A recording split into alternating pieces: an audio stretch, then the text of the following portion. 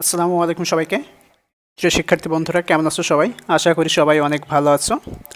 আজকে আমরা অনার্স চতুর্থ বর্ষ মুদ্রা ব্যাংকিং ও অর্থায়ন বিষয় থেকে প্রথম ক্লাস করব।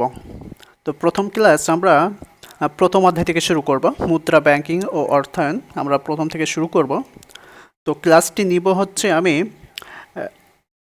হুমায়ুন কবির স্যারের যে বইটা আছে, নতুন লেখক, নতুন যে বইটা আছে সেই বই অনুযায়ী ক্লাসটা নিব। এছাড়া যে কোনো যার কাছে যে বইটা আছে সেই বই থেকে ওই টপিকটা পড়ে নিলেই হবে, কোনো অসুবিধা নেই। হ্যাঁ, তবে এই বইটা এখন বর্তমান বেশ ভালোই করেছে, অন্যান্য বই থেকে বেশ ভালোই করেছে, যার কারণে যেহেতু নতুন বই, নতুন সিলেবাসের আলোকে চলছে আর কি। তো এই জন্য আমি হুমায়ুন কবির স্যারের যে বইটা আছে ওই বইটা থেকেই ক্লাসগুলো নিব। তো আজকে আমরা প্রথম ক্লাস শুরু করব। কথা না বাড়িয়ে আমরা সরাসরি ক্লাসে চলে যাব। হ্যাঁ, তো প্রথমে আমরা যে বিষয়টা জানবো সেটা হচ্ছে, আমরা পূর্বের যে ক্লাসটা নিয়েছি, হ্যাঁ ওইটা হচ্ছে ইন্ট্রো যে ক্লাসটা নিয়েছিলাম, সেই ক্লাসে আমি জানিয়ে দিয়েছিলাম যে মুদ্রা ব্যাংকিং ও অর্থায়ন বিষয়ে মোট 9টি অধ্যায় এবং প্রত্যেকটা অধ্যায় কী কী এবং কী কী প্রশ্নগুলো আছে সেগুলো আমি দেখাই দিয়েছিলাম। হ্যাঁ, তো ওইগুলোই আমরা এখন ধাপে ধাপে সিরিয়াল অনুযায়ী প্রথম থেকে শেষ পর্যন্ত শেষ করব ইনশাল্লাহ। তো আজকে আমরা প্রথম অধ্যায় নিয়ে আলোচনা করব। তো প্রথম অধ্যায় হচ্ছে আমাদের অর্থ বা মুদ্রা, ইংরেজিতে আমরা মানি বলি। হ্যাঁ, তো অর্থ প্রথম অধ্যায় থেকে শুরু করছি। এটা হচ্ছে হুমায়ুন কবির স্যারের বই থেকে 31 পেজে আছে, প্রথম অধ্যায় থেকে শুরু। তো প্রথমে আমরা হচ্ছে ভূমিকা নিয়ে আলোচনা করব, যে অর্থর যে ভূমিকা আছে। হ্যাঁ, অধ্যায়ের নাম হচ্ছে অর্থ। তো এই যে অর্থর যে ভূমিকাটা আছে সেই ভূমিকাটা নিয়ে আমরা কী করব, আলোচনা করব, ভূমিকা নিয়ে আলোচনা করব। প্রথম হচ্ছে 1.1, এটা হচ্ছে আমরা ভূমিকা, ইন্ট্রোডাকশন। তো এখন প্রথম যে বিষয়টা আমরা জানবো সেটা হচ্ছে যে অর্থ কাকে বলে, অর্থ বলতে আমরা কি বুঝি। হ্যাঁ, এই বিষয়টা আগে আমরা জানবো। তো প্রথমে বলি যে কোনো দেশের অভ্যন্তরে কাগজি ও ধাতব মুদ্রাকে অর্থ বলা হয়। তাহলে আমরা জানলাম কি, যে কোনো দেশের অভ্যন্তরে, কোনো দেশের অভ্যন্তরে মানে কি, বাংলাদেশের ভিতরে, বাংলাদেশের ভিতরে কাগজি ও ধাতব মুদ্রাকে অর্থ বলা হবে। কোনো দেশের অভ্যন্তরে কথা বলা হচ্ছে, যেহেতু আমরা বাংলাদেশ নিয়ে আলোচনা করব, তো বাংলাদেশের ভিতরে কাগজি ও ধাতব মুদ্রাকে অর্থ বলা হয়। এইভাবে সংজ্ঞা দিলে হবে না, দিতে হবে কি, কোনো দেশের অভ্যন্তরে কাগজি ও ধাতব মুদ্রাকে অর্থ বলা হয়। তারপরে যাই যে অর্থ বিনিময়ের মাধ্যমে, এই যে এখানে ছোট ছোট যে পয়েন্টগুলো আছে এগুলো কিন্তু আমাদের জানতে হবে। অর্থ হচ্ছে বিনিময়ের মাধ্যম, মূল্যের সংরক্ষক ও সঞ্চয়ের বাহন হিসাবে কাজ করে, ও সঞ্চয়ের বাহন হিসাবে কাজ করে। অর্থ হচ্ছে বিনিময়ের মাধ্যম, মূল্যের সংরক্ষক ও সঞ্চয়ের বাহন হিসাবে কাজ করে। তো বিনিময়ের মাধ্যম কি, অর্থের বিনিময়ে কিন্তু আমরা কি পাই, পণ্য পাই, তাই না? এটা হচ্ছে বিনিময়। তারপর হচ্ছে মূল্যের সংরক্ষক, একটা দ্রব্যের একটা মূল্য নির্ধারণ করা হয়, সেইটা হচ্ছে অর্থের মাধ্যমে আমরা কি করি, পরিমাপ করে থাকি। এবং একই সাথে অর্থ হচ্ছে সঞ্চয়ের বাহন। ভবিষ্যতে ভবিষ্যৎ বিবেচনা করে অনেকেই সঞ্চয় করে থাকে, তো সেটাই হচ্ছে অর্থ। তাহলে অর্থের 3টা পয়েন্ট পেলাম, সেটা হচ্ছে বিনিময়ের মাধ্যম, মূল্যের সংরক্ষক ও সঞ্চয়ের বাহন হিসেবে কাজ করে। আচ্ছা, তারপরে বর্তমান আধুনিক সভ্যতার অর্থ ছাড়া মানুষের জীবন প্রায় অচল। আচ্ছা, অর্থ ছাড়া কোনো কিছু কি সম্ভব? কোনো কিছুই পাওয়া সম্ভব নয়। এই জন্যই বলা হচ্ছে কি, যে বর্তমান আধুনিক সভ্যতায় অর্থ ছাড়া মানুষের জীবন প্রায় অচল। অর্থ ছাড়া এমন কোনো জিনিস নেই যে সেটা তুমি পাবা। অর্থ তোমাকে খরচ করতেই হবে, অর্থ লাগবেই। তো যে কোনো জিনিস পেতে হলে আগে সর্বপ্রথম যে বিষয়টা চিন্তা করতে হয় সেটা হচ্ছে অর্থ, পকেটে টাকা আছে কি না। তারপরে সভ্যতার ক্রমবিকাশ সে নগদ অর্থের পরিবর্তে লেনদেনকে সহজ ও গতিশীল করতে বিভিন্ন ধরনের এটিএম কার্ড ব্যবহার করা হয়।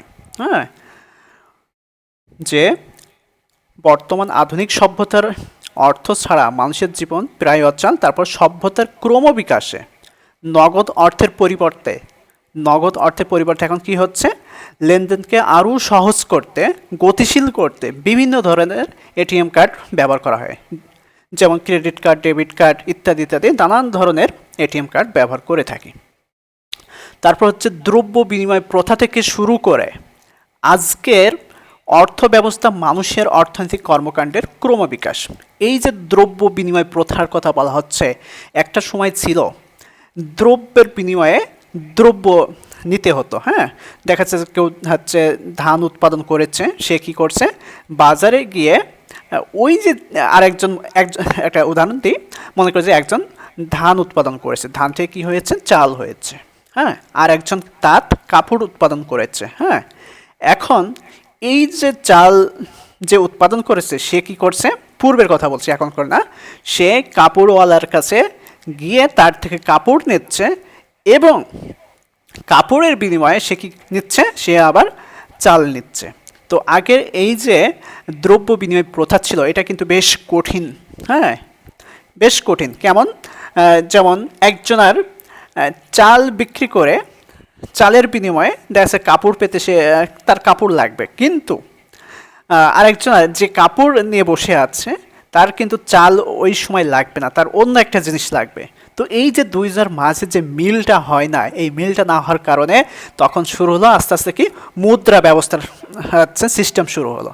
হ্যাঁ, তারপরে এই যে দ্রব্য বিনিময় প্রথা থেকে শুরু করে আজকের যে অর্থ ব্যবস্থা মানুষের অর্থনৈতিক কর্মকাণ্ডের ক্রমবিকাশ, তারপরে সময়ের সাথে সাথে পাল্লা দিয়ে অর্থ মানব জীবনের অবিচ্ছেদ্য অংশ হিসেবে আত্মপ্রকাশ করেছে।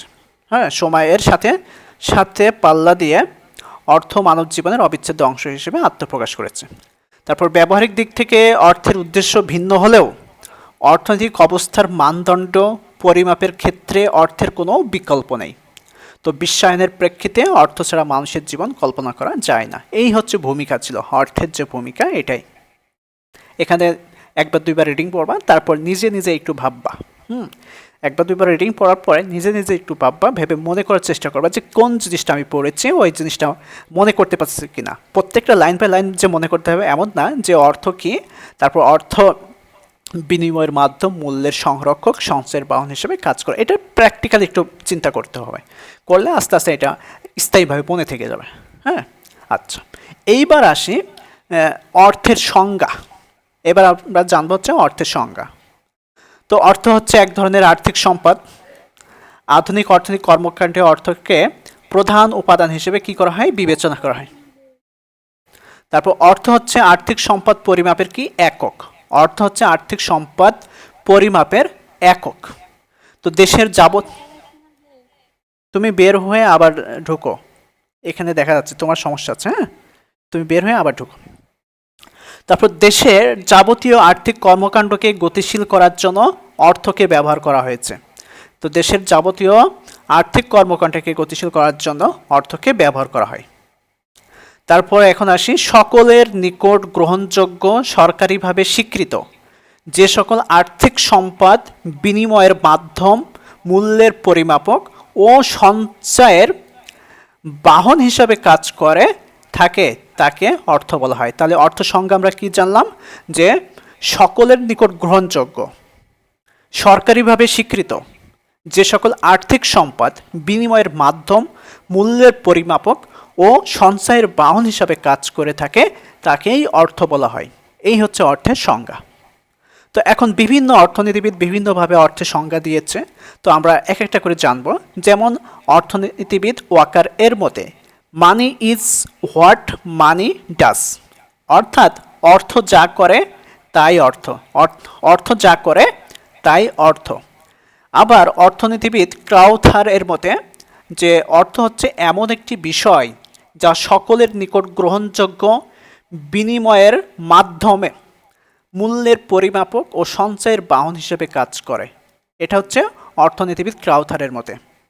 তারপরে অর্থনীতিবিদ শেয়ার্সের মতে যে বস্তু দেনা পাওনা মেটানোর কাজে ব্যাপকভাবে গৃহীত হয় তাই হচ্ছে অর্থ। তারপর অর্থনীতিবিদ কোল এর মতে যে অর্থ হচ্ছে এমন এক আর্থিক সম্পদ যা সকলেই সাধারণভাবে দেনা পাওনা মেটানো এবং ঋণ পরিশোধে ব্যবহার করে। তো এই যে একটা, দুইটা, তিনটা, চারটা, পাঁচজন অর্থনীতিবিদের অর্থের সংজ্ঞা দেখলাম। তারপরে আমরা একটা সার্বজনীন সংজ্ঞা দেখব, প্রথমে কিন্তু দেখে নিয়েছি। তাহলে এখন উপরের সংজ্ঞাগুলোকে পর্যালোচনা করে বলা যায় যে সরকারি আইন দ্বারা স্বীকৃত, সকলের নিকট গ্রহণযোগ্য, মূল্যের পরিমাপক, বিনিময়ের মাধ্যম ও সঞ্চয়ের বাহন হিসেবে যে বস্তু ব্যবহার করা হয় তাকে অর্থ বলা হয়। অর্থ শুধুমাত্র সম্পদের মূল্য নির্ধারণ করে না, বরং ব্যক্তি, প্রতিষ্ঠান ও রাষ্ট্রের সামাজিক মর্যাদাকে তুলে ধরে।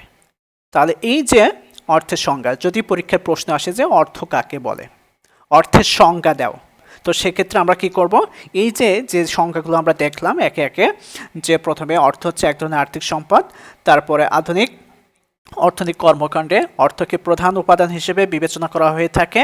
অর্থ হচ্ছে আর্থিক সম্পদ পরিমাপের একক। দেশের যাবতীয় আর্থিক কর্মকাণ্ডকে গতিশীল করার জন্য অর্থকে ব্যবহার করা হয়। তারপরে এই যে অর্থের সংখ্যা দিবা এক এক করে, যতগুলো পারো, একটা পারো, দুইটা পারো, তিনটা পারো, যদি সবগুলো পারো সবগুলো দিবা, দেওয়ার পরে সর্বশেষ এই যে সার্বজনীন একটা সংখ্যা দিয়ে দিবা। এটাই হচ্ছে অর্থের সংজ্ঞা। মিউট করতে হবে, হ্যাঁ।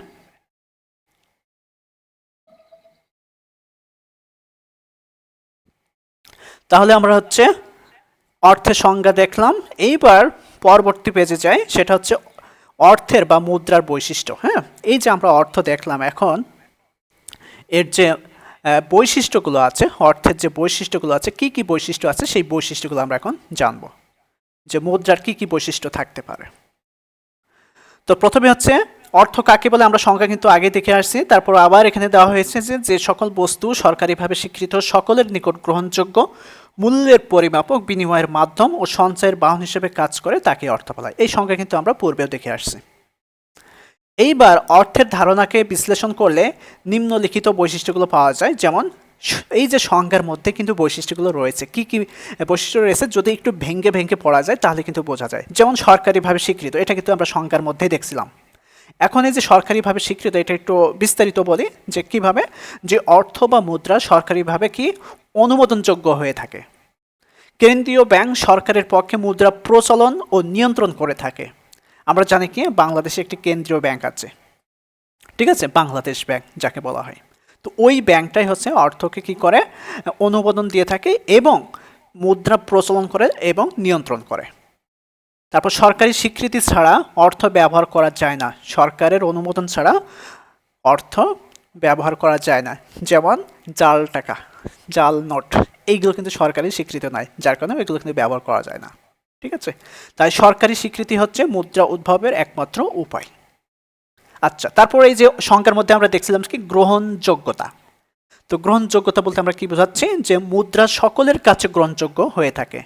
মুদ্রা কি এমন কোনো মানুষ আছে যে তার কাছে গ্রহণযোগ্য নাই? সকলের কাছে কিন্তু গ্রহণযোগ্য, অর্থাৎ লেনদেনের ক্ষেত্রে সকলে মুদ্রাকে গ্রহণ করে থাকে, মুদ্রা গ্রহণে কোনো অপারগতা থাকে না। এমন কোনো লোক আছে যে আমি মুদ্রা নেব না অন্য কিছু নেব, এমন লোক পাওয়া যাবে না, ঠিক আছে। তো এই জন্য সংজ্ঞাগুলো ভালো করে পড়লে এর মধ্যে ছোট ছোট যে পয়েন্টগুলো আছে ওই পয়েন্ট ধরে ধরে কিন্তু আমরা বৈশিষ্ট্যগুলো দেখতে পাবো। আচ্ছা, তারপর হচ্ছে মূল্যের পরিমাপক। তারপর হচ্ছে কি মূল্যের পরিমাপক। বিদ্যুৎ চলে গেল আবার, মেঘ হয়েছে তো যার কারণে ঝামেলা করছে। আচ্ছা, মূল্যের পরিমাপক। তো দ্রব্য ও সেবার মূল্য নির্ধারণে মুদ্রাকে ব্যবহার করা হয়। দ্রব্য ও সেবার মূল্য নির্ধারণে মুদ্রাকে ব্যবহার করা হয়। উদাহরণস্বরূপ 1 কেজি চালের বিনিময় মূল্য হচ্ছে 60 টাকা। এই বিষয়টি অর্থের মাধ্যমে নিশ্চিত করা হয়। যে কোনো দ্রব্য ও সেবার মূল্য অর্থের মাধ্যমে পরিমাপ করা হয়ে থাকে, ঠিক আছে। আচ্ছা, তারপরে হচ্ছে বিনিময়ের মাধ্যম। দ্রব্য ও সেবার বিনিময়ের মাধ্যম হিসেবে অর্থকে ব্যবহার করা হয়। দ্রব্য ও সেবার বিনিময়ের মাধ্যম হিসেবে অর্থকে ব্যবহার করা হয়। উদাহরণস্বরূপ কোনো ব্যক্তি 50 কেজির এক বস্তা চাল গ্রহণ করে তার বিনিময়ে বিক্রেতাকে 3000 টাকা প্রদান করে। এটি বিনিময়ের মাধ্যম হিসেবে কাজ করে। দ্রব্য ও সেবার আদান প্রদান অর্থের মাধ্যমে সম্পূর্ণ হয়। তারপর হচ্ছে কি সঞ্চয়ের বাহন। ব্যক্তি বা প্রতিষ্ঠান কি পরিমাণ সম্পদ ভবিষ্যতের জন্য জমা রেখেছে তা অর্থের মাধ্যমে পরিমাপ করা যায়। যে কোনো গচ্ছিত সম্পদের মূল্য পরিমাপ করতে হলে অর্থের প্রয়োজন হয়। তারপর তরল সম্পদ।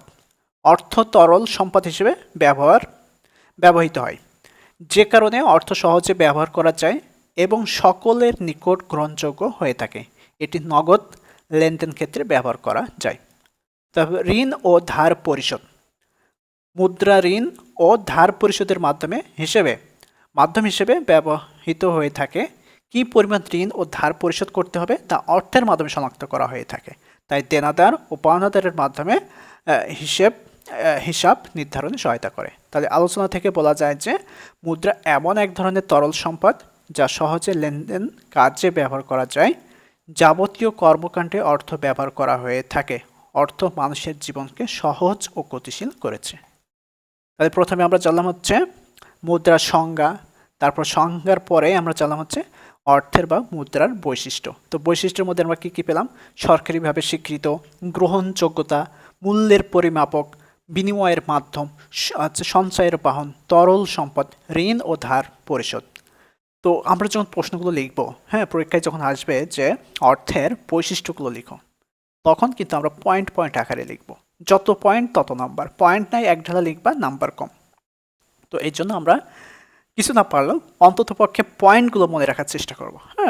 পয়েন্ট লিখতে পারলেই হবে। তখন কিন্তু এইটা একবার দুইবার তিনবার যদি রিডিংও পড়া থাকে, তখন কিন্তু আমরা এইটা উত্তর করতে পারবো। ওকে, ফাইন। আচ্ছা, তাহলে আমরা পরবর্তীতে যাই। পরবর্তীতে যে উত্তম মুদ্রার গুণাবলী বা বৈশিষ্ট্য, একটি উত্তম মুদ্রার গুণাবলী বা বৈশিষ্ট্য। এই যে মুদ্রার বৈশিষ্ট্য বা উত্তম মুদ্রার গুণাবলীর বৈশিষ্ট্য প্রায় সেম, একটু ভিন্নতা আছে। তো কি কি ভিন্নতা আছে আমরা একটু দেখি। তো এই যে একই সংখ্যা কিন্তু বারবার চলে আসছে যে সকল মুদ্রা সহজে বহনযোগ্য, নিম্ন ব্যয় সম্পূর্ণ, সকলের কাছে গ্রহণযোগ্য এবং স্থায়িত্ব, যেসব মুদ্রাকে উত্তম মুদ্রা বলা হয়। উত্তম মুদ্রা নিম্নলিখিত গুণাবলী সম্পন্ন হয়ে থাকে, যেমন গ্রহণযোগ্যতা। উত্তম মুদ্রা সকলের নিকট গ্রহণযোগ্য হয়ে থাকে। কাগজি ও ধাতব যে কোনো প্রকারে হোক না কেন তা সবার নিকট গ্রহণযোগ্য হতে হবে, যেন সকলে গ্রহণে বাধ্য থাকে। ওকে, আচ্ছা। তারপর হচ্ছে স্থায়িত্ব। তো উত্তম মুদ্রা অবশ্যই স্থায়ী হতে হবে। কাগজি ও ধাতব উভয় মুদ্রা যেন দীর্ঘ সময় লেনদেন কাজে ব্যবহার করা যায়। স্থায়িত্ব বেশি হলে মুদ্রা প্রস্তুতের ব্যয় হ্রাস পায়। তারপর হচ্ছে স্বল্প ব্যয় সম্পূর্ণ। উত্তম মুদ্রার ব্যয় ন্যূনতম হবে। ব্যয় সর্বনিম্ন হলে এর কার্যকারিতা বৃদ্ধি পাবে, মুদ্রা ব্যবহারে সরকারের লাভ বৃদ্ধি পাবে। বহনযোগ্যতা। উত্তম মুদ্রা সহজে বহনযোগ্য হবে, যে কারণে ধাতব মুদ্রার চেয়ে কাগজি মুদ্রা বেশি গ্রহণযোগ্য। সহজে বহন করা সম্ভব হলে এর গ্রহণযোগ্যতা বৃদ্ধি পায়। এখানে দুইটা কথা বলা হচ্ছে, এক হচ্ছে ধাতব মুদ্রা, এক হচ্ছে কাগজি মুদ্রা। তো এখন কোনটা বহনযোগ্য অর্থাৎ সহজে বহন করা যায়? অবশ্যই কাগজি মুদ্রা। ধাতব মুদ্রা কি? 1 টাকা, 2 টাকা, 5 টাকার কয়েন। আর কাগজি মুদ্রা হচ্ছে 5 টাকা, 10 টাকা, 20 টাকা, 50 টাকা, 100 টাকা, 500 টাকা, 200 টাকা, 1000 টাকার নোট। ঠিক আছে? তো আমরা বেশিরভাগই কি করে থাকি? কাগজি মুদ্রায় বহন করে থাকি। তারপর সমজাতীয়তা। উত্তম মুদ্রা অবশ্যই সমজাতীয় হতে হবে, অর্থাৎ সব 100 টাকার নোটগুলো একই ধরনের হয়ে থাকে, যেন সকল জনগণের পক্ষে মুদ্রাকে সহজে চিহ্নিত করা যায়। 100 টাকার নোট কোনোটা ছোট বড় আছে? কোনোটার রং এমন তেমন আছে? নাই।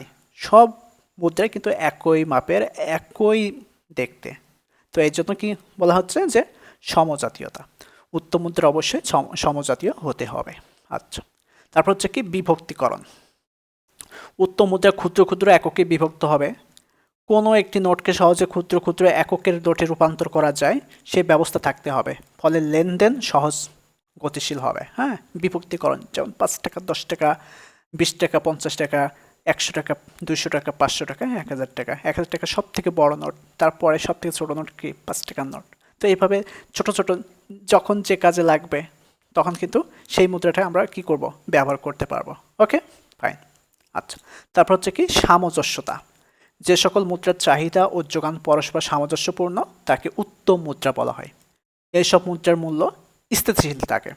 মুদ্রার সামঞ্জস্যতা মুদ্রার গ্রহণযোগ্যতাকে বৃদ্ধি করে, আন্তর্জাতিক বাজারে মুদ্রার গুরুত্বকে বৃদ্ধি করে। ওকে, আচ্ছা। তারপর চিহ্নিতকরণ।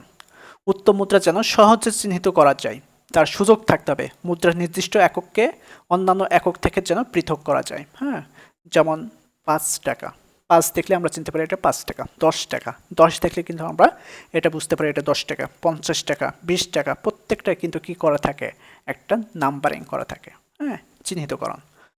তো এই যে চিহ্নিতকরণ করতে হবে। তারপর হচ্ছে বাধ্যবাধকতা, উত্তম মুদ্রার বিনিময়ে চাহিদা মাত্র বাহককে সমপরিমাণ আর্থিক সম্পদ প্রদানে কর্তৃপক্ষ বাধ্য থাকবে। দেখবে প্রত্যেকটা টাকার গায়ে লেখা থাকে যে চাহিদা মাত্র ইহার বাহককে দিতে বাধ্য থাকিবে।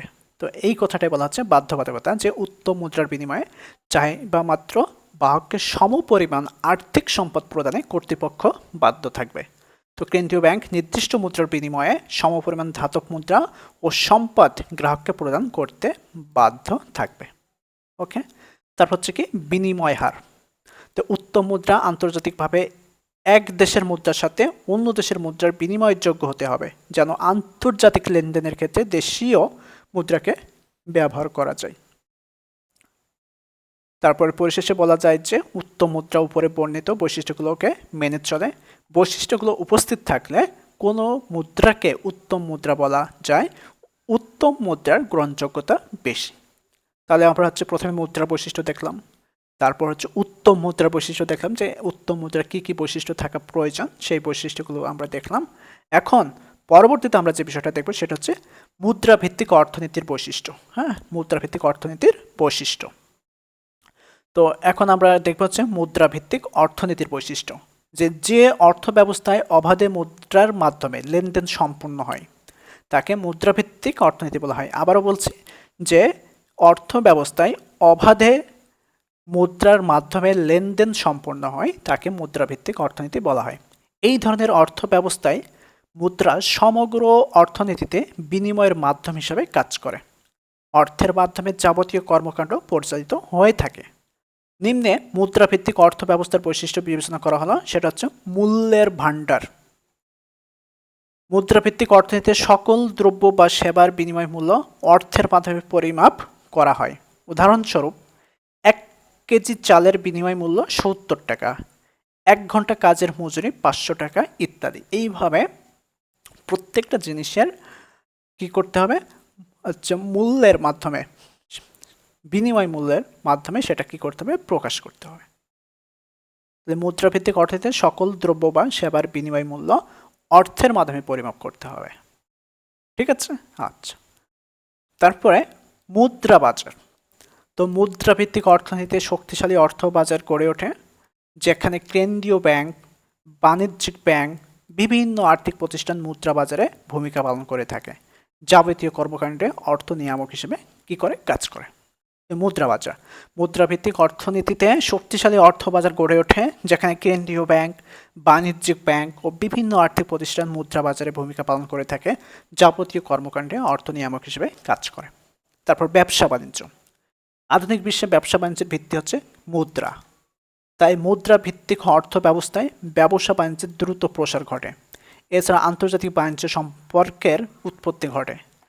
আমদানি রপ্তানি সাহায্য, ঋণ, বিনিয়োগ প্রতিটি ক্ষেত্রে মুদ্রার ব্যবহার হয়ে থাকে। প্রত্যেকটা ক্ষেত্রে কিন্তু আমরা কি করে আসছি, মুদ্রা ব্যবহার করে আসছি। তারপর হচ্ছে মুদ্রানীতি।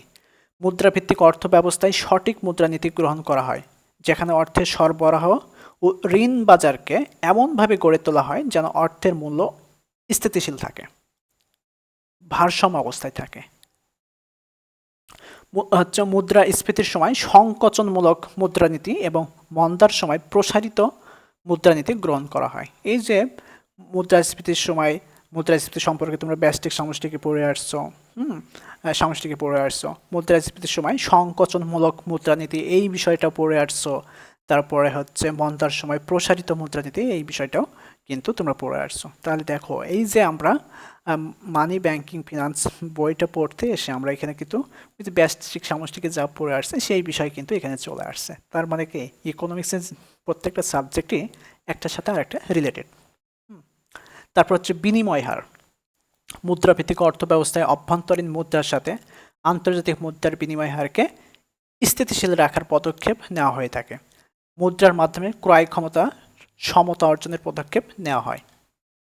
তারপরে অর্থনীতির পরিধি। মুদ্রাভিত্তিক অর্থ ব্যবস্থায় উৎপাদন ও আয় পরিমাপের মাধ্যমে অর্থনীতির পরিধি পরিমাপ করা হয়ে থাকে। জিএনপি, জিডিপি, জাতীয় আয়, মাথাপিছু আয়, প্রতিটি ক্ষেত্রে মুদ্রাকে ব্যবহার করা হয়ে থাকে। হ্যাঁ, প্রত্যেকটা ক্ষেত্রেই মুদ্রাকে ব্যবহার করা হয়ে থাকে। ওই প্রথমেই পড়ে আসছিলাম যে মুদ্রা ছাড়া, অর্থ ছাড়া কোনো কিছুই চিন্তা করা সম্ভব নয়।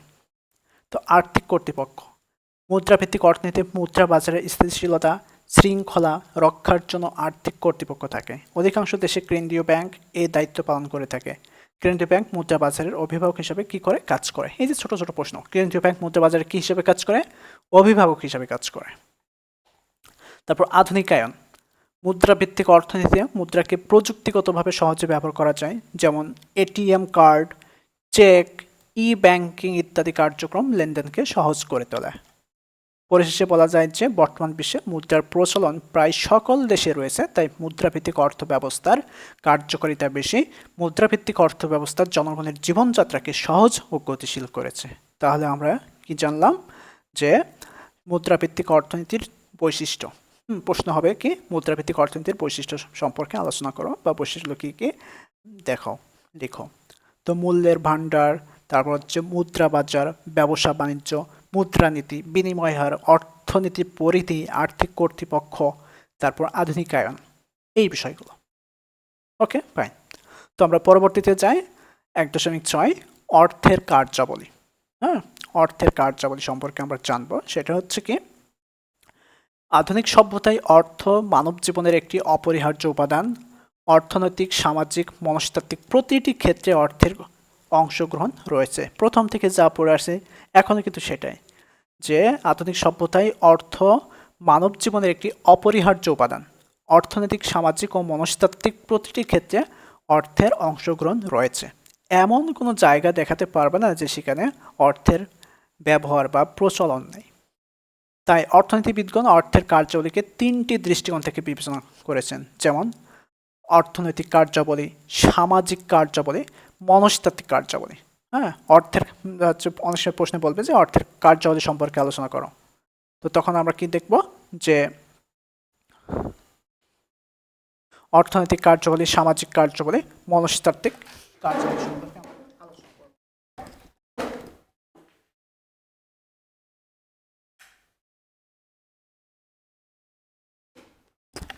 আচ্ছা, তারপর হচ্ছে কি অর্থ। এবার আসি আমরা এই যে 3টা যে কার্যাবলী আছে, এই 3টা কার্যাবলী নিয়ে আমরা একটু বিস্তারিত আলোচনা করব। সেটা হচ্ছে কি যে প্রথম হচ্ছে অর্থনৈতিক কার্যাবলী। তো অর্থের সর্বাধিক গুরুত্বপূর্ণ ও মৌলিক কাজ হচ্ছে আর্থিক কর্মকাণ্ড ভিত্তিক।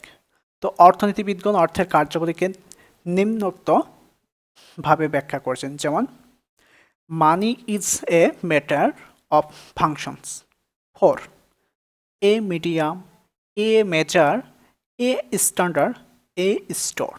এই 4টি ভাগে অর্থনৈতিক কার্যাবলী অর্থনৈতিক কার্যাবলীর ভিতরে অর্থনীতিবিদগণ অর্থের কার্যাবলীকে এই 4 ভাগে ভাগ করেছেন। তো আমরা এখন একটা একটা করে দেখি। যে প্রথমে হচ্ছে কি যে বিনিময়ের মাধ্যম, অর্থ বিনিময়ের মাধ্যম হিসেবে কাজ করে, এটা কিন্তু আমরা পূর্বে দেখে আসছি অর্থের বৈশিষ্ট্যের মধ্যে, এটা আমি আর না বলি। তারপর মূল্যের পরিমাপক, এটা আমরা কিন্তু দেখে আসছি, এটাও না বলি। সঞ্চয়ের বাহন, ওই আগে যা পড়ে আসছে ওইটাই, হ্যাঁ এটাও আমরা পারবো। তারপর হচ্ছে ঋণের ভিত্তি, এটা একটু দেখি। যে ঋণের পরিমাণ ও তার মূল্য স্থির রাখা অর্থের গুরুত্বপূর্ণ কাজ। তাই অর্থের মাধ্যমে সহজে ঋণ গ্রহণ ও পরিশোধ করা যায়। অর্থের বিনিময়ে বিভিন্ন ঋণপত্রের লেনদেন হয়। অর্থ ঋণের ভিত্তি হিসেবে কাজ করে। ওকে, তারপর হচ্ছে তারল্য। অর্থ তারল্য সম্পদ হিসেবে ব্যবহৃত হয়। সকলেই সহজে অর্থ গ্রহণ করে আবার হস্তান্তর করে, তাই অর্থ তারল্যের মানদণ্ড হিসেবে কাজ করে। নগদ অর্থের মাধ্যমে যে কোনো পরিমাণ দ্রব্য ও সেবা ক্রয় করা সম্ভব হয়ে থাকে। স্থানান্তর, স্থাবর ও অস্থাবর সম্পত্তি যা সহজে বহনযোগ্য নয়। স্থাবর ও অস্থাবর সম্পত্তি যা সহজে বহনযোগ্য নয় তা স্থানান্তর করতে হলে সম্পত্তির পরিবর্তে এর বিক্রয় মূল্য স্থানান্তর করা হয়। যেমন জমি জায়গা, বিল্ডিং, এগুলোতে এক স্থান থেকে আরেক স্থানে স্থানান্তর করা সম্ভব নয়। তো এই জন্য কী করা হয়, ওইটা হচ্ছে বিক্রয় করা হয়। বিক্রয় করা হয় কিসের মাধ্যমে? অর্থের মাধ্যমে। এই কথাটাই এখানে বলা হচ্ছে যে স্থানান্তর করতে হলে সম্পত্তির পরিবর্তে এর বিক্রয় মূল্য স্থানান্তর করা হয়। বিক্রয় মূল্য, ঠিক আছে, বিক্রয় মূল্য। অর্থ বিনিময় করে সম্পত্তি স্থানান্তর করা হয়ে থাকে। প্রকৃত অবস্থা, ব্যক্তি বা প্রতিষ্ঠানের বর্তমান অবস্থা পরিমাপ করতে হলে অর্থের প্রয়োজন হয়। তারপর ব্যক্তিগত আয় বা জাতীয় আয় পরিমাপ করতে হলে অর্থের ব্যবহার অত্যাবশ্যক হয়ে থাকে। অর্থের মাধ্যমে বর্তমান অবস্থা সম্পর্কে ধারণা পাওয়া যায়। তাহলে এই ছিল হচ্ছে আমাদের অর্থনৈতিক কার্যাবলী। তারপর সামাজিক কার্যাবলী। সামাজিক কার্যাবলীর মধ্যে কি কি আছে একটু দেখি আমরা। সামাজিক মর্যাদা, খুবই ইন্টারেস্টিং একটা বিষয়, সামাজিক মর্যাদা। তো দ্রব্য সামগ্রী ও সম্পদের আর্থিক মূল্যের মাধ্যমে সামাজিক মর্যাদা পরিমাপ করা হয়। বর্তমান সমাজে কিন্তু সামাজিক মর্যাদাটা হয়ে থাকে যে যার যত সম্পদ বেশি তার সামাজিক মর্যাদা বেশি, এইভাবেই হয়। সেই কথাটাই এখানে বলা হচ্ছে উদাহরণসহ, যে দ্রব্য সামগ্রী ও সম্পদের আর্থিক মূল্যের মাধ্যমে সামাজিক মর্যাদা পরিমাপ করা হয়। যার আর্থিক সম্পদ যত বেশি তার সামাজিক মর্যাদা তত বেশি। এই কথাটা এখানে বলা হচ্ছে। তারপর নিশ্চয়তা। আর্থিক সম্পদ ব্যক্তির নিশ্চয়তা ও আর্থিক নিরাপত্তা প্রদান করে। ব্যক্তির জীবনযাপনের নিশ্চয়তা প্রদান করা অর্থের মাধ্যমে মানুষ ঝুঁকিহীন জীবন গড়ে তোলে। এই যে নিশ্চয়তার কথা বলা হচ্ছে, আর্থিক সম্পদ ব্যক্তির নিশ্চয়তা ও আর্থিক নিরাপত্তা প্রদান করে। ব্যক্তির জীবনযাপনের নিশ্চয়তা প্রদান করে অর্থের মাধ্যমে মানুষ ঝুঁকিহীন জীবন গড়ে তোলে। দান ও উপহার। সামাজিক দায়বদ্ধতা থেকে আর্থিক সম্পদ দান ও উপহার হিসেবে প্রদান করা হয়। দরিদ্র ব্যক্তিদের আর্থিক সম্পদ বা অর্থ দান করা হয়। আবার আত্মীয় স্বজন সহ বিভিন্ন সামাজিক কর্মকাণ্ডে অর্থ দান ও উপহার হিসেবে দেওয়া হয়। তো এই ছিল আমাদের অর্থের সামাজিক কার্যাবলী। তারপর আসি মনস্তাত্ত্বিক যে বিষয়টা আছে সেটা, মনস্তাত্ত্বিক কার্যাবলী। নগদ অর্থ মানুষের মনোবল বৃদ্ধি করে। তোমরা দেখবা তোমাদের হাতে যখন টাকা আসে তখন মনটা একটু উৎফুল্ল হয়ে ওঠে। হ্যাঁ, যখন আমাদের হাতে টাকা আসে তখন মনটা কি একটু ফুরফুরে হয়ে ওঠে।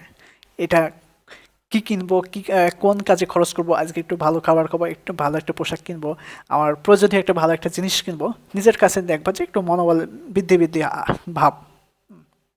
তো অর্থের মাধ্যমে মানুষকে প্রশান্তি লাভ করে থাকে। হ্যাঁ, অর্থের মাধ্যমে কিন্তু মানুষ প্রশান্তি লাভ করে থাকে। যার অর্থ আছে তার কিন্তু টেনশন নেই, কিন্তু যার অর্থ নেই কিন্তু তার এমন একটা জিনিস কিনতে হবে, তার কাছে অর্থ নেই, তার টেনশনে দেখা যাচ্ছে পুরো শরীর ঘেমে ভিজে যাচ্ছে। হ্যাঁ, তো এই জন্য মনস্তাত্ত্বিক বিষয়টা বেশ গুরুত্বপূর্ণ। কেননা ধনী ব্যক্তিদের সমাজে ভিন্ন চোখে দেখা হয়। এটা তো আমরা জানি যে পৃথিবীর প্রত্যেকটা দেশে যারা ধনী ব্যক্তি আছে তাদেরকে একটু ভিন্ন চোখে দেখা হয়। তো সমাজে আর্থিক সম্পদ যার যত বেশি সে সমাজে তত বেশি মর্যাদা লাভ করে। তাই কেইনস অর্থ মায়ার কথা উল্লেখ করেছেন। অর্থ ছাড়া মানুষের জীবন প্রায় অচল। অর্থহীন ব্যক্তি সমাজে অবহেলিত থাকে। যার অর্থ নেই তাকে দেখবা কেউ মূল্যায়ন করতে চায় না, একটা সামাজিক অনুষ্ঠান তাকে দাওয়াত দিতে চায় না, কেননা তার কাছে অর্থ নেই। সে এসে আমাদের ভালো একটা গিফট দিতে পারবে না, এটা সেটা দিতে পারবে না, সে হিসাবে কিন্তু তাকে সবসময় মানে অন্ধকারেই রাখে। বুঝছো? তো আলোচনা থেকে বলা যায় যে অর্থ মানব জীবনের একটি অপরিহার্য উপাদান। অর্থের কার্যাবলী দিন দিন বৃদ্ধি পাচ্ছে। মানব জীবনের প্রতিটি ক্ষেত্রে অর্থের গুরুত্ব রয়েছে। তাহলে এই যে মুদ্রা ব্যাংকিং পড়ে আমরা বেশ ইন্টারেস্টিং বিষয়গুলো আমরা জানতে পারছি, যে এর অর্থনৈতিক যে বিষয়টা আছে, যে অর্থনৈতিক কার্যাবলী সম্পর্কে আমরা জানলাম, অর্থের কার্যাবলী। তারপর হচ্ছে সামাজিক যে কার্যাবলীটা আছে সেটা আমরা জানলাম। তারপর হচ্ছে মনস্তাত্ত্বিক যে কার্যাবলীটা আছে সেটা আমরা জানলাম। আমরা এই যে অর্থনৈতিক কার্যাবলী এটা সম্পর্কে খুব বেশি আগ্রহী না হলেও কিন্তু আমরা এই যে সামাজিক কার্যাবলী আর মনস্তাত্ত্বিক যে কার্যাবলীটা আছে এই বিষয়টা নিয়ে বেশ কিন্তু আমরা ইন্টারেস্টিং।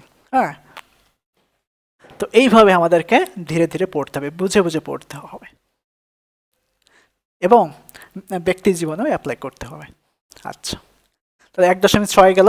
পরবর্তী টপিকে আসি আমরা, যে আধুনিক অর্থনীতিতে অর্থের গুরুত্ব বা ভূমিকা। হ্যাঁ, বর্তমান আধুনিক অর্থনীতিতে অর্থের গুরুত্ব বা ভূমিকা কি সেই বিষয়টা আমরা জানব। তো আধুনিক সভ্যতার ক্রমবিকাশে অর্থ গুরুত্বপূর্ণ ভূমিকা পালন করে থাকে। বর্তমান অর্থ ছাড়া কোনো ধরনের অর্থনৈতিক কর্মকাণ্ড পরিচালনা করা সম্ভব নয়। নিম্নে অর্থের গুরুত্বকে বিবেচনা করা হলো। দ্রব্য বিনিময় প্রথার অসুবিধা দূরীকরণ।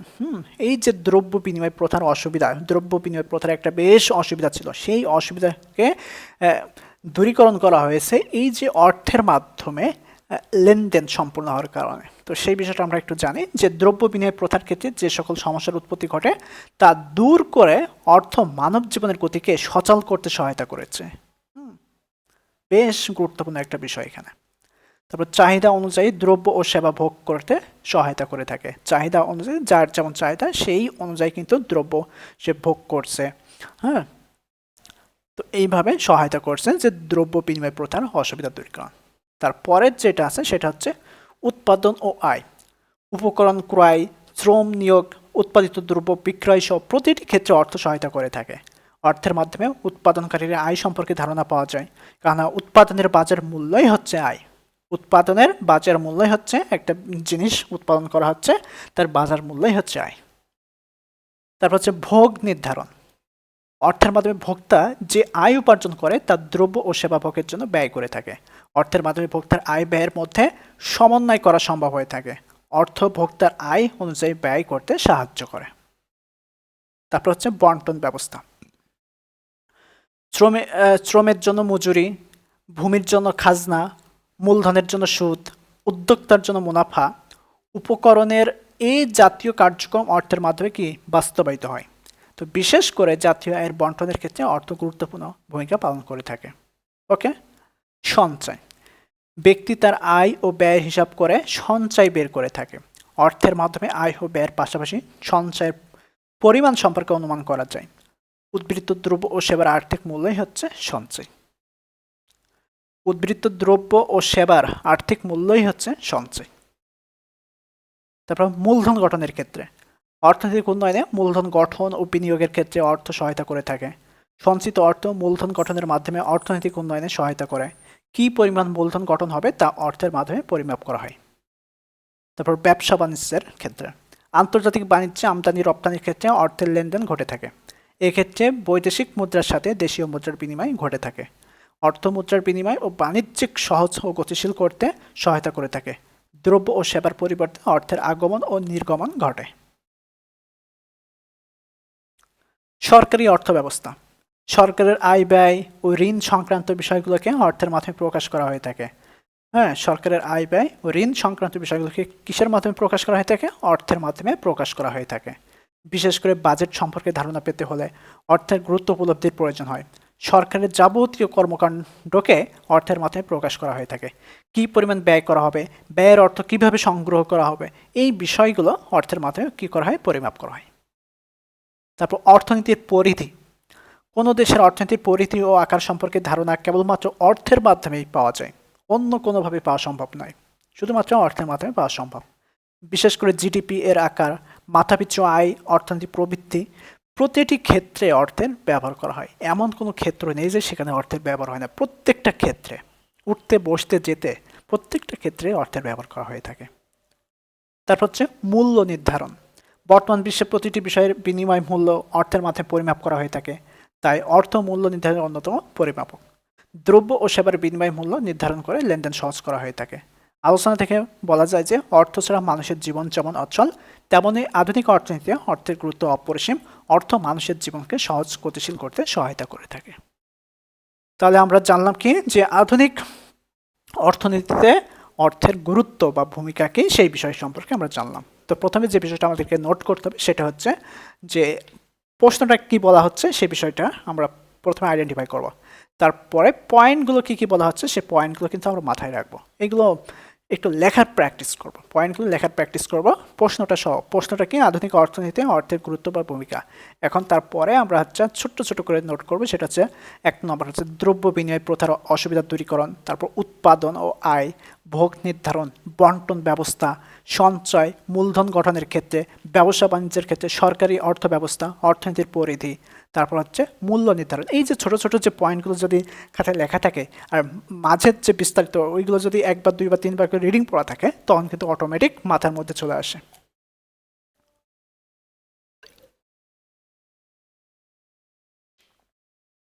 ওকে, আচ্ছা, তারপরের টপিকে যাই। প্রকৃত মুদ্রা ও প্রায় মুদ্রার মধ্যে পার্থক্য কি? হ্যাঁ, যে প্রকৃত মুদ্রা কি, প্রায় মুদ্রা কি, এগুলো কিন্তু আমরা পূর্বে ফার্স্ট ইয়ার থেকেও জেনে এসেছি। তারপরে এই বিষয়টা কিন্তু এখন আবার জানা লাগছে। প্রকৃত মুদ্রা ও প্রায় মুদ্রার মধ্যে পার্থক্য কি? তো যে সকল আর্থিক সম্পদ সকলের কাছে গ্রহণযোগ্য, মূল্যের পরিমাপক, বিনিময়ের মাধ্যম ও সঞ্চয়ের বাহন হিসেবে কাজ করে তাকে কি বলা হয়? মুদ্রা বলা হয়। তারল্যের দিক থেকে মুদ্রাকে 2 ভাগে ভাগ করা যায়। এক হচ্ছে প্রকৃত মুদ্রা আর হচ্ছে প্রায় মুদ্রা। তো এখন আমরা প্রকৃত মুদ্রা কি আর প্রায় মুদ্রা কি এই বিষয়টা জানবো। হ্যাঁ, তোমার পরীক্ষায় ছোট প্রশ্ন আসতে পারে যে প্রকৃত মুদ্রা কাকে বলে, প্রায় মুদ্রা কাকে বলে। হ্যাঁ, এমন প্রশ্ন আসবে তো, ভাইবা তো ডাকবে। যেহেতু চতুর্থ বর্ষে ভাই ভাই আছে, তো ভাই ভাইতে দেখা যাচ্ছে ছোট্ট একটা প্রশ্ন করে রাখলো, তুমি সেটা উত্তর করতে পারো না, কেমন হয়ে যেত না? তো এর জন্য আমাদেরকে এই যে প্রকৃত মুদ্রা, প্রায় মুদ্রা, অর্থ কি, এই সংখ্যাগুলো তো অবশ্যই জানতে হবে। তো প্রকৃত মুদ্রা, যে সকল মুদ্রা সরাসরি বিনিময় কাজে ব্যবহার করা যায়, অর্থাৎ কাগজি ও ধাতব মুদ্রাকে প্রকৃত মুদ্রা বলা হয়। উদাহরণস্বরূপ 50 টাকা, 100 টাকা নোট ইত্যাদি। হ্যাঁ, যে সকল মুদ্রা সরাসরি বিনিময় কাজে ব্যবহার করা যায়, অর্থাৎ কাগজি ও ধাতব মুদ্রাকে প্রকৃত মুদ্রা বলা হয়। ওকে, তারপর হচ্ছে কি প্রায় মুদ্রা, যে সকল আর্থিক সম্পদ সরাসরি বিনিময়ের মাধ্যম হিসেবে ব্যবহৃত হয় না কিন্তু প্রয়োজনে অর্থে রূপান্তর করা যায়, তাকে বলা হয় কি প্রায় মুদ্রা। যেমন চেক, পে অর্ডার ইত্যাদি। আমরা বেশিরভাগই কি করে থাকি, ছোটোখাটো যে লেনদেনগুলো আছে সেগুলো সরাসরি মিটিয়ে থাকি। আর বড় বড় লেনদেনগুলো, হ্যাঁ, তখন তো আর ওই সরাসরি মেটানো সম্ভব নয়, তখন কি করা হয়, তখন হচ্ছে চেকের মাধ্যমে মেটাতে হয়, পে অর্ডারের মাধ্যমে মেটাতে হয়। ওইটা হচ্ছে কি চেক, তুমি দেখা যাচ্ছে 10 লাখ 20 লাখ টাকার কোনো জিনিস ক্রয় বিক্রয় করছো, তো সেক্ষেত্রে ব্যাংক চেক দেওয়া হয়, চেকের মাধ্যমে ব্যাংকে ওই চেকটা উনি ব্যাংকে গেলে ওই পরিমাণ, যে পরিমাণটা লেখা আছে ওই পরিমাণ কিন্তু অর্থ সে পেয়ে যাবে। তারপর পে অর্ডারের মাধ্যমে দেখা যাচ্ছে এক ব্যাংক থেকে আরেক ব্যাংক বা এক ব্যাংক থেকে অন্য একটা প্রতিষ্ঠানে টাকা ট্রান্সফার করা হয়, তো এটা হচ্ছে পে অর্ডার। তো এইভাবে কিন্তু দেখা যাচ্ছে যে প্রায় মুদ্রাটা আমরা কি করে থাকি, যে সকল আর্থিক সম্পদ সরাসরি বিনিময়ের মাধ্যম হিসেবে ব্যবহৃত হয় না কিন্তু প্রয়োজনে অর্থে রূপান্তর করা যায়। এই যে চেকগুলোই কিন্তু প্রয়োজনে কি করা হয়, অর্থে রূপান্তর করা যায়। তারপর পে অর্ডার, এটাও কিন্তু অর্থে রূপান্তর করা যায়। তো এই হচ্ছে প্রকৃত মুদ্রা, আর এই হচ্ছে প্রায় মুদ্রা। প্রকৃত মুদ্রা হচ্ছে কি যেগুলো সরাসরি হচ্ছে কাগজি বা ধাতব মুদ্রা ব্যবহার করা হয়, আর প্রায় মুদ্রা হচ্ছে কি যেগুলো সরাসরি ব্যবহার করা হয় না কিন্তু প্রয়োজনে অর্থে রূপান্তর করা হয়ে থাকে, তাকে প্রায় মুদ্রা বলা হয়, যেমন হচ্ছে চেক আর পে অর্ডার ইত্যাদি। এখন এই যে প্রকৃত মুদ্রা, প্রায় মুদ্রার মধ্যে পার্থক্য কি আছে, সেই পার্থক্যটা আমরা দেখি। পার্থক্য, প্রকৃতিগত পার্থক্য, হ্যাঁ, সংজ্ঞা জেনে আসলাম, উদাহরণ জেনে আসলাম, ওইগুলোই আমরা এখানে পার্থক্য দেব। যে প্রকৃতিগত কি পার্থক্য আছে, প্রকৃত মুদ্রা সরাসরি বিনিময় কাজে ব্যবহার করা হয়, এবং ওর বিপরীত হবে কি যে প্রায় মুদ্রা সরাসরি বিনিময় কাজে ব্যবহার করা যায় না। একদম সহজ পার্থক্য। তারল্য, প্রকৃত মুদ্রা সম্পূর্ণ তরল সম্পদ, অন্যদিকে প্রায় মুদ্রা তারল্য কম। প্রকৃত মুদ্রা সম্পূর্ণ কি তরল সম্পদ, কাঁচা সম্পদ, অন্যদিকে প্রায় মুদ্রার তারল্যতা কম। হ্যাঁ, কম বলা আছে, নাই এই কথা বলা হয়নি, কম বলা আছে, কেননা এটা চাইলেই কিন্তু তোমার হচ্ছে তরল সম্পদে রূপান্তর করা সম্ভব, এই জন্য তারল্য কম বলা হচ্ছে। তারপর ব্যয়, প্রকৃত মুদ্রার কোনো ব্যয় নেই। প্রকৃত মুদ্রার কোনো ব্যয় আছে, কোনো ব্যয় নেই, ওইটা সরাসরি নগদ উভয় পক্ষের মাধ্যমে কি হয়, হস্তান্তর করা হয়। অন্যদিকে প্রায় মুদ্রাকে নগদ অর্থে রূপান্তর করতে হলে কিছু ব্যয় করতে হয়, যেমন ব্যাংক থেকে টাকা উত্তোলনের সময় ওই হচ্ছে কিছু টাকা ওখানে খরচ কেটে নেয়, হ্যাঁ, কিছু টাকা, অল্প পরিমাণ। তারপর পে অর্ডার, এক জায়গা থেকে আরেক জায়গায় ট্রান্সফার করার জন্য কিছু ফি কাটে, যেমন বিকাশের কথা চিন্তা করো, বিকাশ থেকে যখন ক্যাশ আউট করা হয় তখন 1019 টাকা কাটে, হ্যাঁ, আর যখন হচ্ছে ট্রান্সফার করা হয় তখন কি 5 টাকা করে কাটে। এই ব্যাংকিং সিস্টেমটা এরকম, হ্যাঁ, চেকের মাধ্যমে আর ওই পে অর্ডারের মাধ্যমে যখন টাকা এক স্থান থেকে আরেক স্থানে বা এক প্রতিষ্ঠান থেকে আরেক প্রতিষ্ঠানে দেওয়া হয়, তখন হালকা কিছু পরিমাণ টাকা এখান থেকে ব্যয় করা হয়। আচ্ছা, তারপর হচ্ছে সুদ অর্জন। নগদ অর্থ হাতে রাখলে কোনো সুদ পাওয়া যায় না। নগদ অর্থ যদি কারো হাতে থেকে থাকে তো সেক্ষেত্রে কিন্তু সে কোনো সুদ পাবে না, কিন্তু প্রায় মুদ্রা হাতে রাখলে সুদ পাওয়া যায়। প্রায় মুদ্রা কি হাতে রাখলে নিজের হাতে তো আর থাকে না, শুধুমাত্র নিজের হাতে কি খাতা কলমে কাগজে থাকে, আর মূল যে অর্থ সেটা কিন্তু প্রতিষ্ঠানে পড়ে থাকে। তো এই জন্য সেই প্রতিষ্ঠান থেকে কিছু পরিমাণ কি পাওয়া যায়, সুদ পাওয়া যায়, লাভ পাওয়া যায়। আচ্ছা, তারপর হচ্ছে দায়বদ্ধতা। প্রকৃত মুদ্রার ক্ষেত্রে সরকার ও কেন্দ্রীয় ব্যাংক দায়বদ্ধ থাকে, সরকার ও কেন্দ্রীয় ব্যাংক কি থাকে, দায়বদ্ধ থাকে। আর অন্যদিকে প্রায় মুদ্রার ক্ষেত্রে ব্যক্তি বা প্রতিষ্ঠান দায়বদ্ধ থাকে, ব্যক্তি বা প্রতিষ্ঠান দায়বদ্ধ থাকবে। উদাহরণগত, প্রকৃত মুদ্রা সকল প্রকার কাগজি নোট ও ধাতব মুদ্রা, অন্যদিকে প্রায় মুদ্রা হচ্ছে যেমন cheque, prize bond, treasury bill, সঞ্চয়পত্র ইত্যাদি, এইগুলো হচ্ছে প্রায় মুদ্রা। এবার ঝুঁকি, প্রকৃত মুদ্রার ঝুঁকি রয়েছে, হ্যাঁ, প্রকৃত মুদ্রার ঝুঁকি রয়েছে কিন্তু প্রায় মুদ্রার কোনো ঝুঁকি নাই। প্রকৃত মুদ্রার ঝুঁকি কিছু থেকেই থাকে, চোর ডাকাত, লস লাভ, এই বিষয় নিয়ে দেখা যাচ্ছে একটা ঝুঁকি থেকে থাকে, কিন্তু প্রায় মুদ্রায় কোনো ঝুঁকি থাকে না, এটা স্থিরভাবে থেকেই যায়। ওইটার ঝুঁকি আছে। এখন তো বাংলাদেশের কোনোটাই সেফ না, কারণ ব্যাংকে টাকা রাখাও এখন সেফ না। কারণ ব্যাংকে টাকা রাখছো, ব্যাপক বড় এক রাঘব বোয়াল শিল্পপতি সেখান থেকে তোমার টাকা ঋণ নিয়ে বিদেশ পাচার করে দিচ্ছে, যার কারণে ব্যাংকেও এখন সেফ না। এখন একমাত্র সেফ হচ্ছে নিজের নামে কোনো হচ্ছে জায়গা জমি কিনে রাখা, এটাই এখন বর্তমান সেফ, তাছাড়া অন্য কোনো কাজে সেফ না। তো পরিশেষে বলা যায় যে প্রকৃত মুদ্রা ও প্রায় মুদ্রা উভয়ের গুরুত্ব রয়েছে, তবে লেনদেনের ক্ষেত্রে প্রকৃত মুদ্রা এবং বৃহৎ দেনা পাওনার ক্ষেত্রে প্রায় মুদ্রার ব্যবহার করা হয়। পরিশেষে বলা যায় যে কি প্রকৃত মুদ্রা ও প্রায় মুদ্রা উভয়ের গুরুত্ব রয়েছে, তো তবে লেনদেনের ক্ষেত্রে প্রকৃত মুদ্রা এবং বৃহৎ দেনা পাওনার ক্ষেত্রে প্রায় মুদ্রা ব্যবহার করা হয়ে থাকে। ছোটখাটো লেনদেনের ক্ষেত্রে প্রকৃত মুদ্রা, আর বড় দেনা পাওনার ক্ষেত্রে প্রায় মুদ্রা ব্যবহার করা থাকে। এই হচ্ছে আমাদের প্রকৃত মুদ্রা আর প্রায় মুদ্রার পার্থক্য। অবশ্যই এই প্রশ্নটা এবার চলে আসছিল, তোমাদের জন্য দরকার নেই, তারপর একটু জেনে রাখলা। ওকে, আচ্ছা। তারপরে এবার আসি আমরা সংকীর্ণ মুদ্রা। সংকীর্ণ ও প্রসারিত মুদ্রার মধ্যে পার্থক্য কি আছে কিনা এটা আমরা একটু দেখব। সংকীর্ণ আর হচ্ছে প্রসারিত মুদ্রা। সংকীর্ণ মুদ্রা আর প্রসারিত মুদ্রা। তো প্রথমে আমরা দেখবো যে সংকীর্ণ মুদ্রা কি, প্রসারিত মুদ্রা কি, হ্যাঁ এই বিষয়গুলো দেখবো, তারপরে একে একে আমরা প্রত্যেকটা উদাহরণ সহ তারপরে আমরা দেখাবো। আচ্ছা, তো পরিধিগত দিক থেকে মুদ্রাকে দুই ভাগে ভাগ করা যায়, যথা হচ্ছে সংকীর্ণ মুদ্রা আর বিস্তৃত মুদ্রা। পরিধিগত দিক থেকে মুদ্রাকে দুই ভাগে ভাগ করা যায়, একটা হচ্ছে সংকীর্ণ মুদ্রা আর একটা হচ্ছে বিস্তৃত মুদ্রা। সংকীর্ণ মানে কি ছোট ক্ষুদ্র, বিস্তৃত মানে কি বড় বৃহৎ। সংকীর্ণ মুদ্রা কি বলতে কি বলছি, জনগণের হাতে রক্ষিত নগদ অর্থ। জনগণের হাতে রক্ষিত নগদ অর্থ, জনগণের হাতে তার রক্ষিত নগদ অর্থ বেশি থাকে না, প্রয়োজন অনুযায়ী যতটুকু প্রয়োজন ততটুকুই থাকে। আর তারপর চাহিদা আমানতের সমষ্টি, চাহিদা আমানতের সমষ্টিকে সংকীর্ণ মুদ্রা হয়। তো এটাকে আমরা সূত্র আকারে প্রকাশ করে থাকি, সেটা হচ্ছে M1। হ্যাঁ, সংকীর্ণ মুদ্রার সূত্র হচ্ছে M1 = CU + DD। তো M1 হচ্ছে সংকীর্ণ মুদ্রা, CU হচ্ছে জনগণের হাতে রক্ষিত অর্থ, আর DD হচ্ছে চাহিদা আমানত।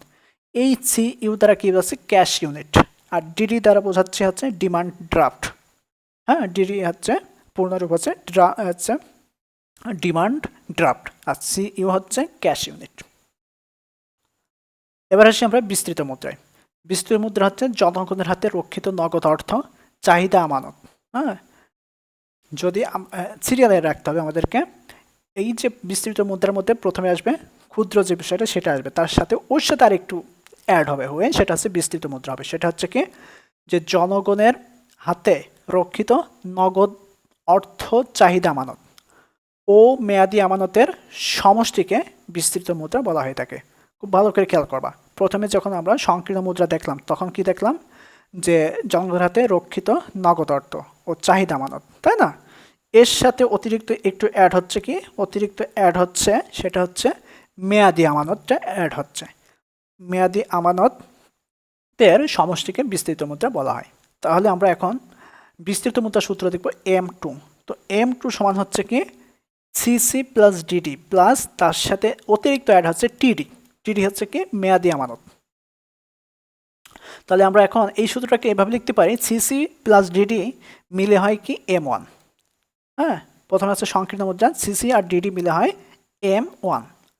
CC আর DD মিলে হয় M1, এই যে এখানে, প্লাস এই যে TD অতিরিক্ত, এই TD দ্বারা কি বলছি মেয়াদি আমানত, সেটা হচ্ছে কি টার্ম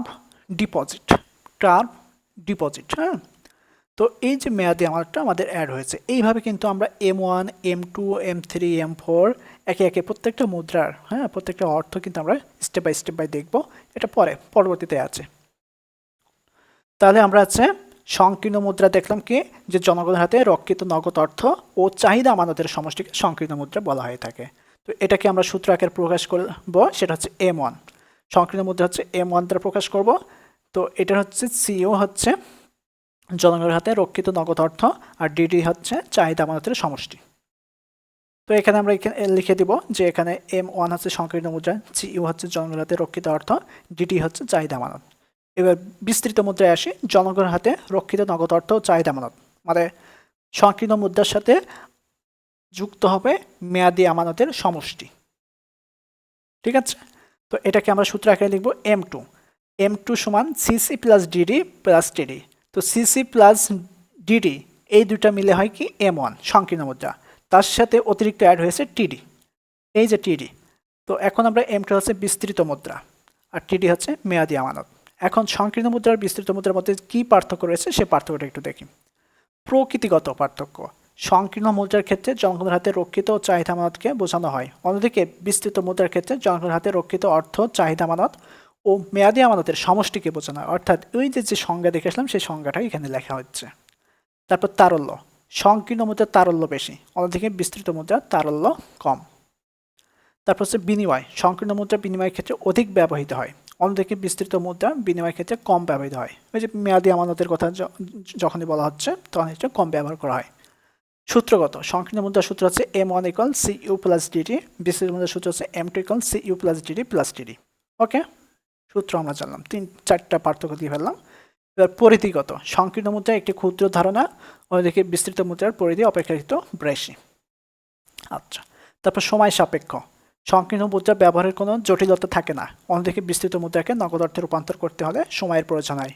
হ্যাঁ, সময়ের প্রয়োজন হয়, যেমন 3 মাস, 6 মাস, 1 বছর, 2 বছর, 5 বছর, 10 বছরের এমন মেয়াদি করে রাখলে কি হয়, তখন ওই মেয়াদ পূর্ণ না হলে তো ওই অর্থটা উত্তোলন করা সম্ভব নয়।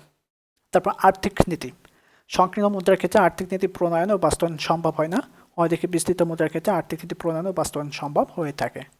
পরিশেষে বলা যায় যে সংকীর্ণ মুদ্রা মূলত বিস্তৃত মুদ্রার একটি অংশ মাত্র, অর্থনৈতিক নীতি নির্ধারক ও বাস্তবায়নের বিস্তৃত মুদ্রার প্রয়োগ বেশি, কিন্তু লেনদেন কাজে সংকীর্ণ মুদ্রার কার্যকারিতা বেশি। তাহলে পরিশেষে আমরা কি শিখলাম, কি বুঝলাম, যে সংকীর্ণ মুদ্রা মূলত বিস্তৃত মুদ্রার একটি অংশ মাত্র, অর্থনৈতিক নীতি নির্ধারণ ও বাস্তবায়নে বিস্তৃত মুদ্রার প্রয়োগ বেশি, কিন্তু লেনদেন কাজে সংকীর্ণ মুদ্রার কার্যকারিতা বেশি। তাহলে এই হচ্ছে আমাদের সংকীর্ণ এবং বিস্তৃত মুদ্রার পার্থক্য।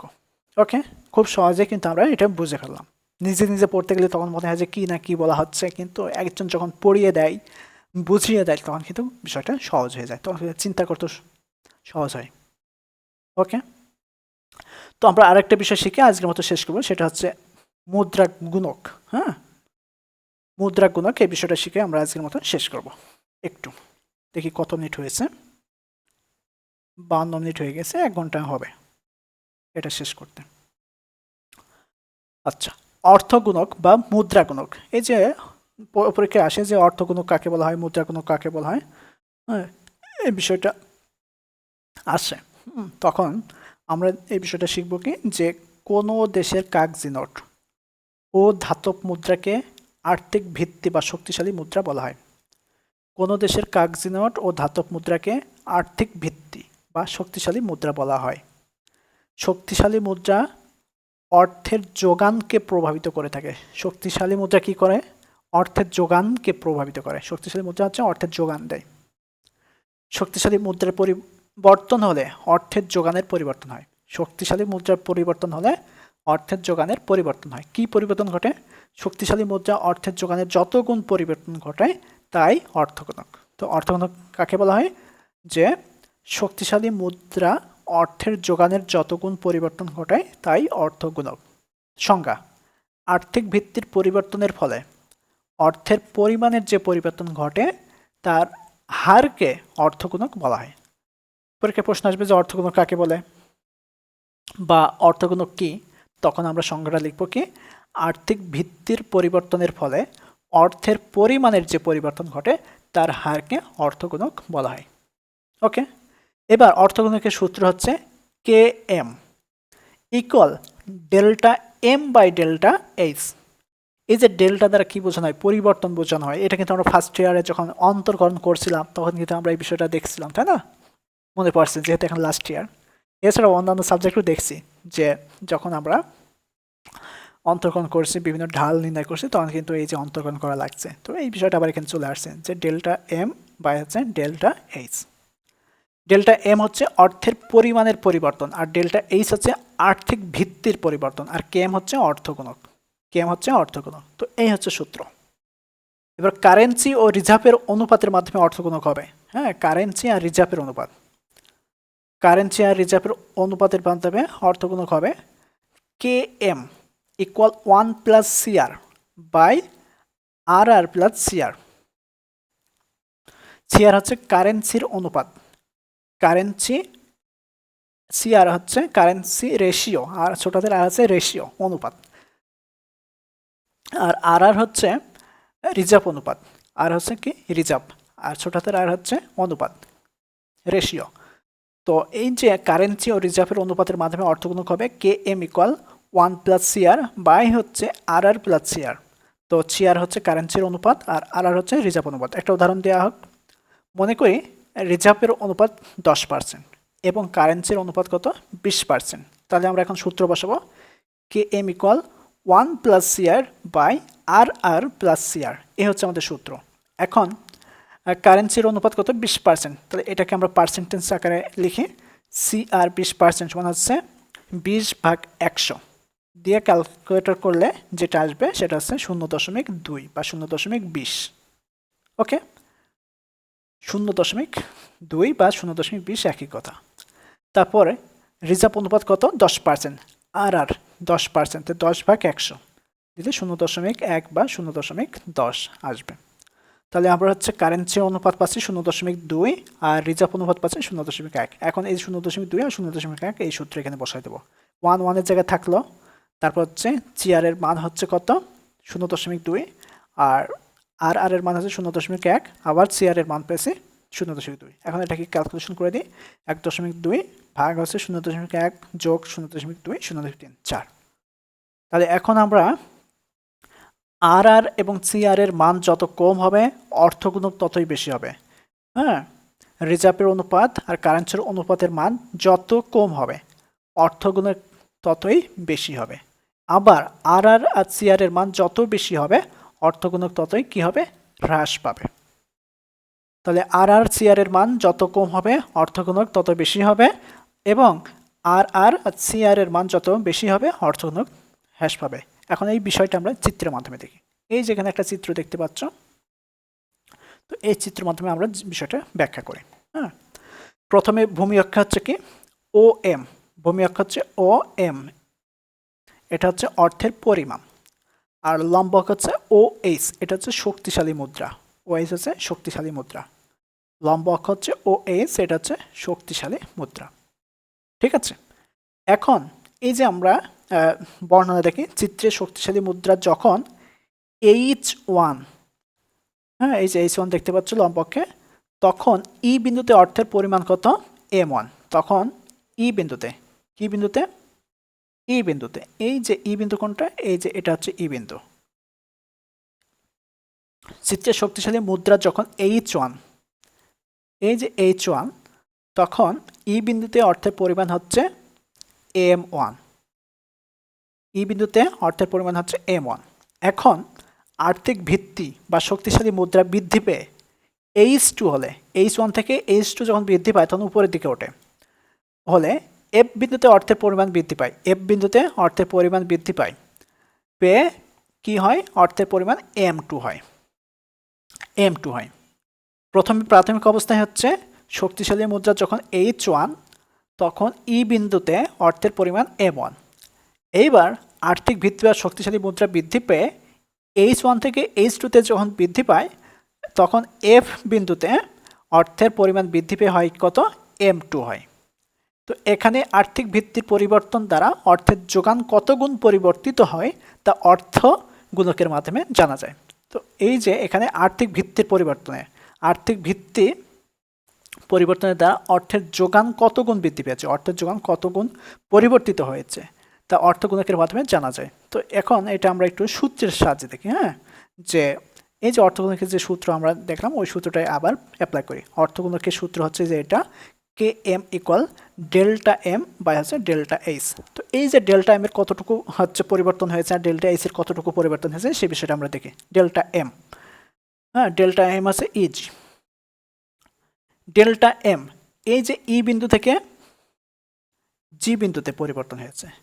হ্যাঁ, ডেল্টা এম ভূমি অক্ষে পরিবর্তন হয়েছে। আর ডেল্টা এইচ, এইচ এর পরিবর্তন হয়েছে কি জি বিন্দু থেকে এফ বিন্দু অথবা এফ বিন্দু থেকে এইচ বিন্দু, এই যে এইটুকু পরিবর্তন হয়েছে। তাহলে আমরা এখন সূত্র আকারে লিখতে পারি ডেল্টা এম এর পরিবর্তন, অর্থের পরিমাণের পরিবর্তন ইকুয়াল শক্তিশালী মুদ্রা পরিবর্তনের মোট পরিবর্তন কতটুকু হয়েছে একটু দেখি সূত্রের সাহায্যে, যে ডেল্টা এম এর পরিবর্তন ইজি হয়েছে আর ডেল্টা এস এর এফ জি বিন্দুতে হয়েছে। তো পরিশেষে বলা যায় যে অর্থগুণক মূলত অর্থবাজারের কার্যক্রম ও অর্থবাজারের পরিধিকে তুলে ধরে। সম্পদের পরিবর্তন অর্থবাজারকে কিভাবে প্রভাবিত করে তা অর্থগুণকের মাধ্যমে জানা যায়। তো এই ছিল হচ্ছে আমাদের অর্থগুণক। হ্যাঁ, যে অর্থগুণক কি বা মুদ্রাগুণক কি, প্রশ্ন এমন হতে পারে যে অর্থগুণক কাকে বলে, মুদ্রাগুণক কাকে বলে, তখন কিন্তু এই যে স্টেপ বাই স্টেপ আমরা এইভাবে সূত্র প্রয়োগ করে সংজ্ঞা সহ উদাহরণ সহ চিত্র সহ এটা কিন্তু আমরা দিব। ওকে, তো আজকে আমরা এই পর্যন্ত শেষ করব। হ্যাঁ, আজকে আমরা এই পর্যন্ত শেষ করব। নেক্সট টাইম আমরা হচ্ছে অর্থের চাহিদা সম্পর্কে জানবো নেক্সট ক্লাসে, ক্লাস 2-তে আমরা হচ্ছে অর্থের চাহিদা এবং বিস্তারিত অন্যান্য যে টপিকগুলো আছে সেই টপিকগুলো আমরা জানবো। তো এইভাবে আমরা মুদ্রা ব্যাংকিং অর্থায়ন সাবজেক্টটা হচ্ছে প্রথম থেকে শেষ পর্যন্ত শেষ করবো ইনশাল্লাহ। ওকে, প্রায় 1 ঘন্টার বেশি হয়ে গেল নাকি? হ্যাঁ, 1 ঘন্টা পার হয়ে গেছে 1 মিনিট। তো আজকে এই পর্যন্ত থাকবে। তো পরবর্তী ক্লাস যে সবাই হাজির হবে। তো তার আগে আমি আরেকবার রিভিশন করি যে প্রথম থেকে আমরা কি কি শিখলাম। যে প্রথমে হচ্ছে আমরা অর্থ কাকে বলে সেটা শিখলাম, তারপর হচ্ছে অর্থের বৈশিষ্ট্য কি সেটা শিখলাম, তারপরে হচ্ছে অর্থ কি সেটা জানলাম, তারপর অর্থের সংজ্ঞা সেইগুলো জানলাম, তারপর অর্থের বৈশিষ্ট্য কি সেইগুলো জানলাম, আর তারপর হচ্ছে উত্তম মুদ্রা বা উত্তম অর্থের বৈশিষ্ট্য বা গুণাবলী কি সেই বিষয়টা জানলাম। তারপরে হচ্ছে তোমার মুদ্রাভিত্তিক অর্থনীতির বৈশিষ্ট্য, মুদ্রাভিত্তিক অর্থনীতির কী কী হচ্ছে বৈশিষ্ট্য আছে সেই বিষয়গুলো আমরা হচ্ছে জানলাম। জানার পরে অর্থের কার্যাবলী জানলাম যে কি কি কার্যাবলী আছে, অর্থনৈতিক কার্যাবলী, সামাজিক কার্যাবলী, মনস্তাত্ত্বিক কার্যাবলী। হ্যাঁ, তারপরে তোমার হচ্ছে আধুনিক অর্থনীতির অর্থের গুরুত্ব, আধুনিক অর্থনীতিতে অর্থের গুরুত্ব বা ভূমিকা কি সেই বিষয়টা আমরা জানলাম। জানার পরে সর্বশেষ আসে যে প্রকৃত মুদ্রা ও প্রায় মুদ্রার মধ্যে পার্থক্য কী, সংকীর্ণ মুদ্রা আর বিস্তৃত মুদ্রার মধ্যে পার্থক্য কী, তারপর সর্বশেষ যে বিষয়টা আমরা জানলাম সেটা হচ্ছে অর্থগুণক বা মুদ্রাগুণক কাকে বলে, এই বিষয়টা আমরা জানলাম। তার মানে আমরা 10টা টপিক শেষ করলাম আজকে। তো এইভাবে পরবর্তীতে নেক্সট একটা করে আমরা শেষ করবো ইনশাল্লাহ। ওকে, সবাই ভালো থাকবে, সুস্থ থাকবে। পরবর্তী ক্লাসের জন্য সবার আমন্ত্রণ রইল। তো আজকে এই পর্যন্তই।